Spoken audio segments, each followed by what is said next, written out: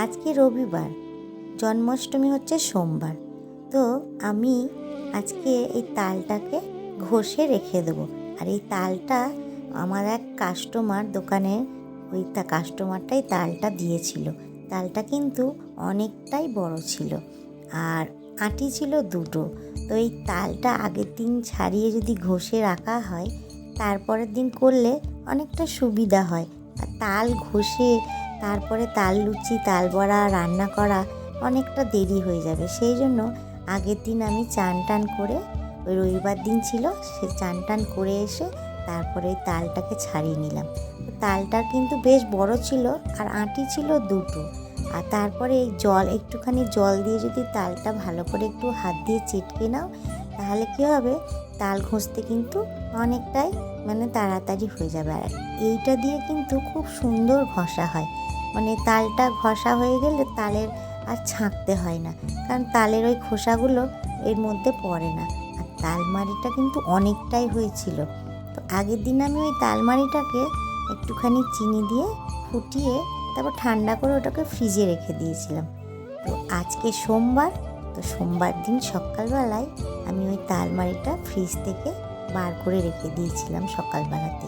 তো আজকে আমি বললাম যে সমস্ত রান্না টান্না করেই এই তাল বড়া আর তাল লুচি করবো। আর আজকে যেহেতু জন্মাষ্টমী, তো সেই জন্য তো নিরামিষ খেয়েছিলাম। তো রান্না সেরকম ঝামেলা ছিল না। ওই খিচুড়ি করেছিলাম আর পাঁচ তরকারি, চাটনি আর পাঁপড় ভাজা, এই দিয়ে আজকে দুপুরবেলায় খাওয়া হবে। তো রান্না টান্না করা হয়ে গেছে। তারপরে আমি চান টান করে এসে আজকে ইচ্ছে হলো একটুখানি সাজুগুজু করে তাল বড়া আর তাল লুচি করবো। তো ওই জন্য একটুখানি সেজে নিয়েছি আর শাড়িও পরে নিয়েছি।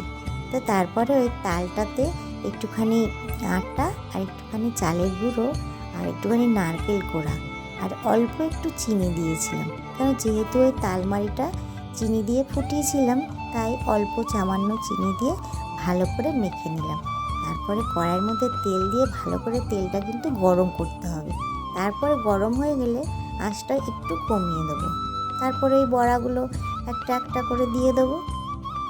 আর একটুখানি কম আঁচে ভাজলে বেশ ভালো মচমচে হয়।